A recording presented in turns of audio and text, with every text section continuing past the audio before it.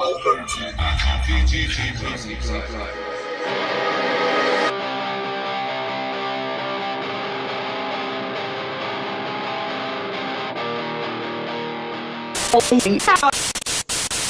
Aujourd'hui, BG Music Club, nous sommes avec Stinky. Bonjour. Il y a mon collègue Ben qui avait été avec Tito en téléphone pendant le confinement. Personnellement, je vous ai découvert pour la dernière de The Earth. Ok. Votre 22, c'était fort. Là, on est là pour parler du petit dernier album All of Lost Things. Comment se passe? Quel est le processus de création de cet album? Alors on a commencé à composer je pense, début 2018.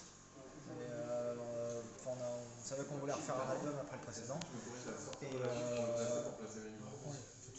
Voilà, on a composé sur toute l'année 2018. On l'a enregistré à l'été 2019 pour finalement le sortir à l'été 2020. En termes de processus de composition, on était toujours sur la même lignée de faire un punk hardcore mélodique et puis en poussant un peu à la fois vers la mélodie, vers la recherche de notre son en général. Voilà, on compose en même temps. On compose ensemble, on répète. Et les idées partent souvent des guitaristes qui amènent des riffs et puis après on essaie de bosser les structures ensemble. Voilà, c'est un peu de structure classique, mais chez nous il n'y a personne qui compose tout de A à Z. Tu vois. C'est un album fait en répète. C'est collégial. Exactement. Et par rapport au texte, t'étais sur quoi comme thématique?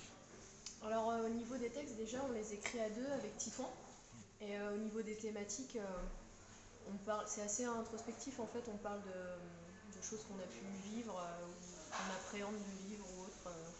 Il y a plein de thèmes abordés, on peut parler de la dépression, on peut parler de la difficulté de se construire une stabilité sans avoir tout l'apport affectif. On peut parler de plein de trucs, de l'amitié. Les thèmes de Stinky sont toujours liés avec notre évolution au fil du temps en fait. Le premier album parlait beaucoup plus d'une espèce de vie de groupe, de concert. Le deuxième commençait déjà à être plus introspectif. Là on a continué avec le troisième. En fait, vu qu'il nous accompagne, et nous on vieillit, on grandit, on mûrit, on a d'autres épreuves de vie. Souvent les textes sont liés à nos expériences sur le moment en fait. C'est presque un album, c'est une phase de vie de 5 personnes de 2 ans, de 3 ans. Ça dépend de comment on compose. Mais souvent c'est ça quoi. Là, vous avez repris pour cet album Routed Man en acoustique. Ouais. Pourquoi ce titre particulier?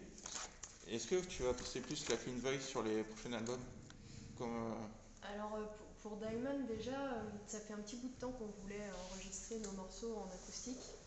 C'est un exercice qui nous plaisait bien, de réappropriation en fait un peu du morceau. Et là on a voulu prendre un peu le contre-pied du morceau qui est à la base assez dynamique et bien vénère. Et on est parti sur quelque chose de beaucoup plus posé, beaucoup plus sombre même. On l'a travaillé avec notre ami Eddie Kaiser qui est avec nous aujourd'hui justement pour la session acoustique. Parce que on avait bossé les morceaux de notre côté mais on trouvait qu'il manquait quelque chose. Il y avait un truc qui nous faisait défaut. Et en ayant Eddie avec nous, qui a vachement bossé sur l'arrangement du morceau aussi, ça nous a tout de suite convaincus et c'était un peu la pièce maîtresse qui nous manquait, je pense, jusqu'à présent. Ouais. Voilà. Et au niveau du chant clair, il y a eu d'autres morceaux avec des passages en clean dans l'album. Je pense à Stranger with Familiar Faces sur les refrains où c'est du chant clair. Je sais pas si ce sera poussé sur les autres albums. En fait, c'est vraiment... on se dit pas en amont, tiens, on va mettre du chant clair. C'est vraiment si ça peut servir le morceau. On voit vraiment la voix comme un instrument à part entière et il faut que ça se fonde avec le reste. Et là, par exemple, pour Strangers with Familiar Faces, c'était une évidence que sur le refrain, il fallait une partie chantée. C'est venu hyper facilement pour tout le monde, en fait. Et du coup, on l'a fait. Mais on ne se forcera jamais à mettre du chant clair, juste histoire de mettre du chant clair. Donc ça dépendra des futurs morceaux. Puis on aime bien aussi, on s'était dit dès la conception de l'album qu'on voulait tester des nouvelles choses. Les nouvelles choses, ça passe par le chant clair, la prise de risque, faire les morceaux en acoustique. On avait mis il y a du piano aussi dans l'album. En fait, il y avait d'autres arrangements. Du violon, ouais. Il y avait des arrangements qu'on voulait bosser. On s'est dit qu'il fallait tenter quoi. Après, Le morceau acoustique, ça fait longtemps qu'on a cette idée-là. Ouais. Parce qu'on avait déjà essayé de le faire pour l'album Ouais, puis on avait En fait fait, des on a- sessions radio Ouais, acoustiques. on avait travaillé des choses, mais on l'avait pas écrit sur l'album, quoi. Ouais. Il y a aussi pas mal de transitions au piano et violon sur la fin de titre.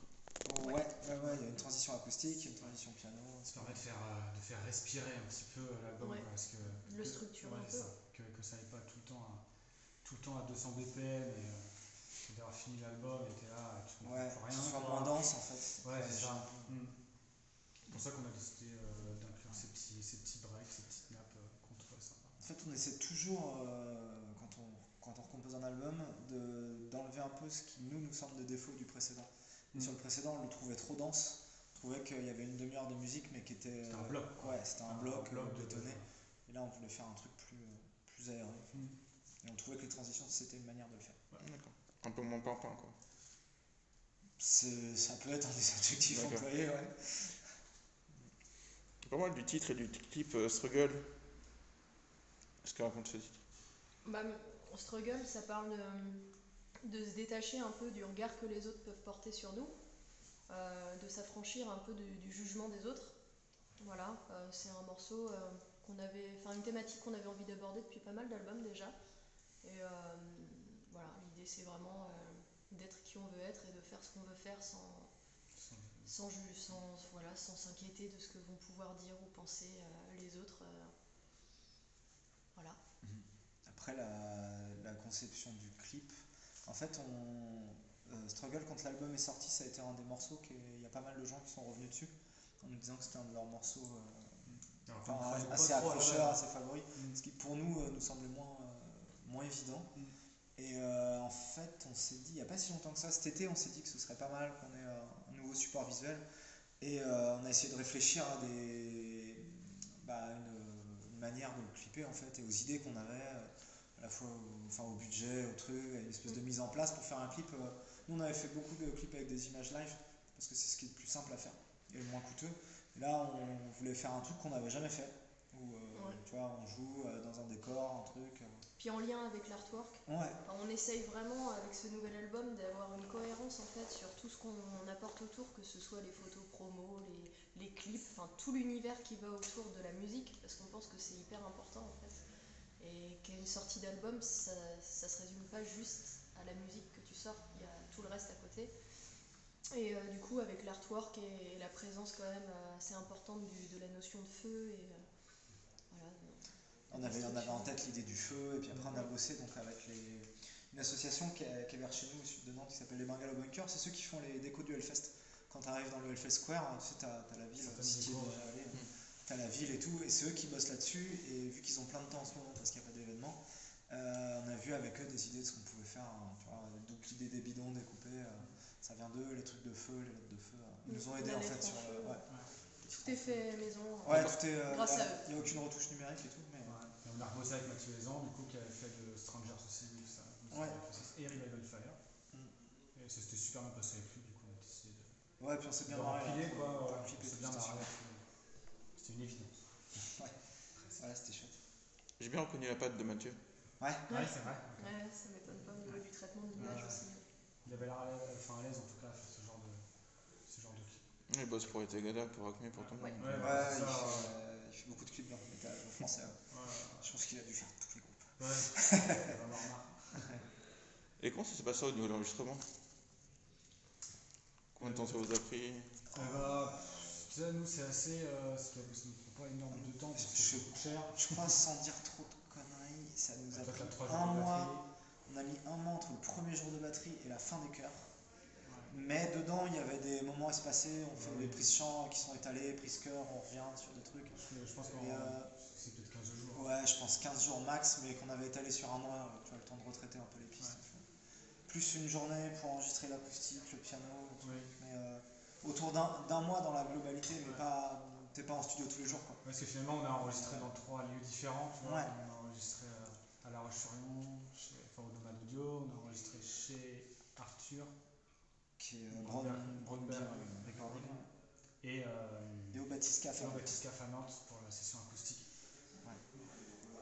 Mais ouais, sinon ça s'est bien passé. Hein.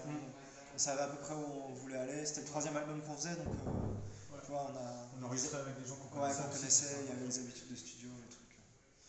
ça s'est plutôt bien passé.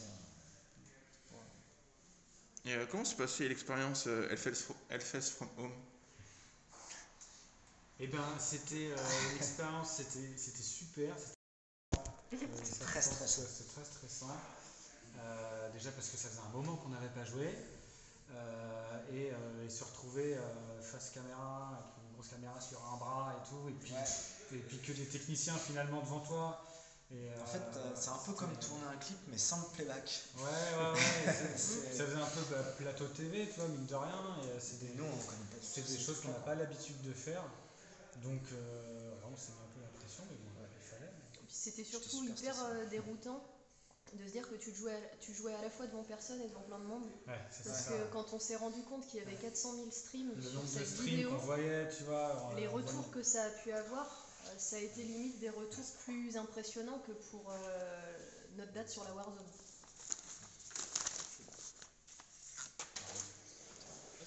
Et ouais. Donc ouais, c'était assez ouf ça. C'est vrai que c'était rigolo quand le stream il s'est lancé, on voyait les commentaires défiler, les machins, c'était assez fun ça.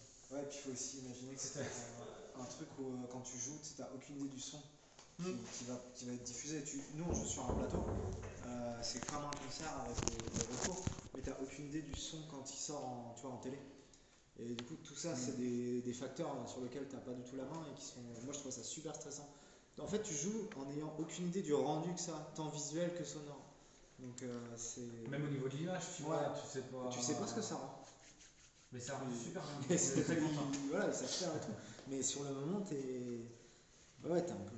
Enfin, t'es fumé quoi. T'avais que des retours, t'avais rien d'autre En fait, il n'y avait pas de son en façade. Chaud. Donc, nous, on jouait, si tu veux, t'avais nos retours habituels, comme on joue, mais t'as pas de son qui est projeté, vu que c'est vraiment une capta pour la télé en fait. Du coup, c'est très bizarre. C'est spécial. Devant toi, t'as des caméramans qui n'entendent que le son de la batterie et le son des amplis.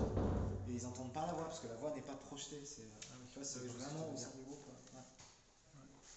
Mais c'était une super expérience. Ouais, c'est parti. C'est à refaire, moi je le refais demain, mais c'est des choses. Puis nous, on avait sorti l'album juste avant, enfin, c'était vraiment un super coup de promo, tout était.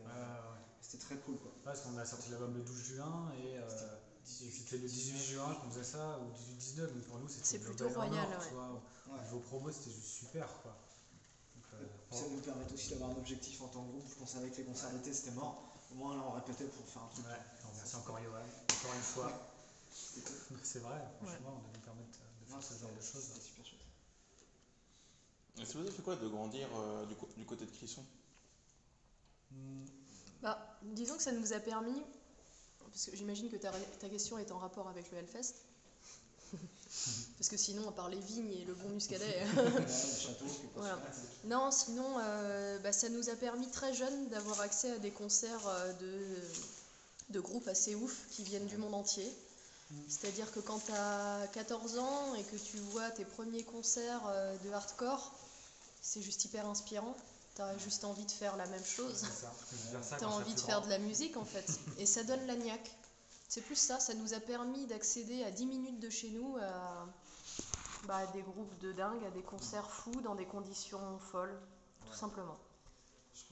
Je pense que c'est ça. C'est une chance, c'est une vraie chance. Ouais, quand même, grave. Hein. Puis nous aussi à l'échelle, ça a vachement développé la scène. La scène dans l'Ouest quoi. Ouais. La scène, tous les Dans la région, punk, hardcore. Les gens ont eu la niaque pour faire des groupes quoi. Ça a vachement démocratisé l'idée de musique extrême chez nous, tu vois. Que ce soit dans la région nantaise, t'as plein de gens qui portent des fesses, des vieux, des trucs. Les gens se sont dit que c'était. Ouais, voilà, il y a personne tout lambda le côté qui métal, enfin tu sais, ils comprennent ce que c'est en fait. Je pense que chez nous, ça a vraiment démocratisé. Même chez nos parents quoi. Ouais. Tu vois, nos parents avant c'était un truc hyper obscur, tu vas pas aller là-bas, c'est trop chelou. Et puis maintenant, c'est comme si c'était la fête de la musique quoi. Pour eux c'est pareil. Est-ce que c'est bien, est-ce que c'est pas bien? C'est un autre débat. Et ça fait un peu un ici, parce que j'ai testé sur le site du Hellfest, les gens ils font du vélo et tout, c'est... Ouais, de toute façon, ça, c'est il y dingue. a un sentier communal qui Ça, traverse. ça, c'est dingue, je trouve. Ça c'est chouette. Et vous avez été validé par Lou de Scufitol. Et est-ce que vous aurez peut-être des possibilités plus tard aux États-Unis quand ça sera débloqué?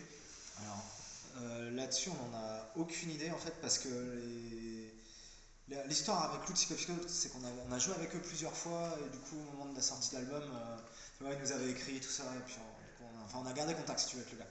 Par contre, maintenant, la possibilité de faire une tournée aux US quand tout le merdier là sera fini, c'est des trucs qui sont, en termes de logistique, c'est compliqué.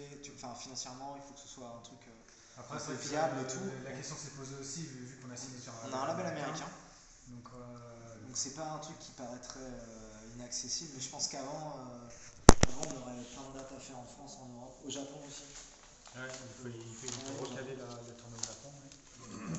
Mais ouais, ce serait, ce serait un rêve, quoi. Mais c'est pas dans les tuyaux pour le moment tout de suite, quoi. Là, vous pensez quoi de la suite pour la scène? Parce qu'il y a le Covid, il y a le couvre-feu qui est tombé dans certaines régions. Ouais, bah. C'est quoi le petit tournoi, vas-y, dire. Bah ça va être très compliqué. En fait, je pense que l'absence totale de perspective sur ce qui va se passer derrière rend les choses super difficiles. Nous, on a joué, on a pu faire quelques concerts, tu vois, en conditions dehors, avec les masques et tout, des festivals, vers chez nous. Mais par contre, là, c'est impossible actuellement de planifier une tournée de 15 dates en France. C'est juste pas possible, tu vois. On peut pas faire des lieux clos, on peut pas. Moi, j'ai aucune idée de ce qui va se passer par la suite. On voit des lieux alternatifs qui commencent à fermer. Si les grands rassemblements sont finis, ça va être aussi un coup dur. J'ai aucune idée de ce qui va se passer. J'en sais vraiment rien, quoi. Et je vous laisse le mot de la fin pour l'interview. Merci beaucoup de t'être déplacé en tout cas. C'est super cool. Et puis j'espère qu'on reviendra bientôt sur Paris.